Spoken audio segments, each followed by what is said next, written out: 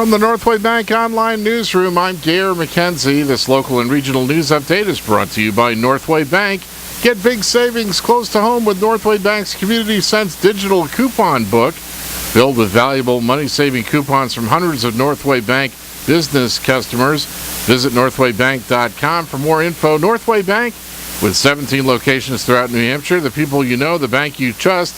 Member FDIC, equal housing lender. New Hampshire State Police have identified the driver who died late Monday morning after a head-on collision on Route 16 in Pinkham's Grant. Trooper Meredith Favreau of Troop F in Twin Mountain says 67-year-old Harry Goodwin of Milan was pronounced dead at the scene after the crash near the AMC Visitor Center. It happened around 10:45. Favreau says Goodwin had been driving a Pontiac Grand Prix southbound when a northbound Toyota Sienna Caravan drifted over the center line and hit him. A passenger in Goodwin's car was taken to a hospital in Berlin with non-life-threatening injuries. The driver of the Caravan is identified as 48-year-old Kevin Douglas of Woodstock, Connecticut. He and 4 children who were riding as passengers with him were taken to Memorial Hospital in North Conway with non-life-threatening injuries. They have since been released. Favreau has not released information about what caused the crash or whether any charges are expected to be filed in connection with it. Town leaders in Moultonborough will hold public hearings early next month to determine if there's cause to remove 2 members of the town's planning board. The Board of Selectmen will hold 2 separate public meetings at the Town Hall on Holland Street September 9th to consider if there's cause to remove Josiah Bartlett and Judith Ryerson for reasons of, quote, inefficiency, neglect of duty, or malfeasance in office. In letters dated August 8th and made public by the town, Bartlett and Ryerson are informed of the hearings and matters that will be considered. In Bartlett's case, the board will hear presentations on whether he acted properly in considering a conditional use permit, whether he caused the applicants to fear their request would not be fairly reviewed, and whether he created a substantial legal risk to the town. In Ryerson's case, the board will hear presentations on whether she changed a vote improperly, neglected her duty by not attending 8 planning board meetings, and whether she created a substantial legal risk to the town. Selectmen will hear a half-hour of testimony and questions about the reasons for removal and a half-hour for a rebuttal before deliberating.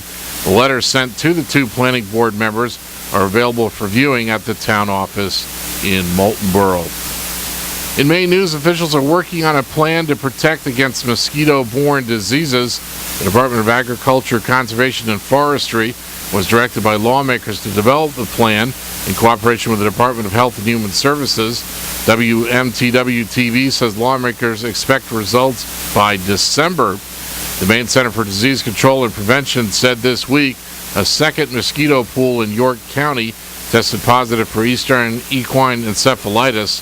West Nile virus has also been found in birds in Maine in past years. State Representative James Dill, who chairs the Joint Standing Committee on Agriculture, Conservation, and Forestry, says lawmakers want state agencies to create a threshold to be met to warrant a response, such as the spraying of pesticides. In sports, Pittsburgh Pirate All-Star pitcher Jeff Locke did not stay in the game long enough to get credit for the win, but his Bucks beat the San Francisco Giants 10-5 last night in California. With the win, the Pirates are 75-52 and in first place in the National League Central Division by 1 game.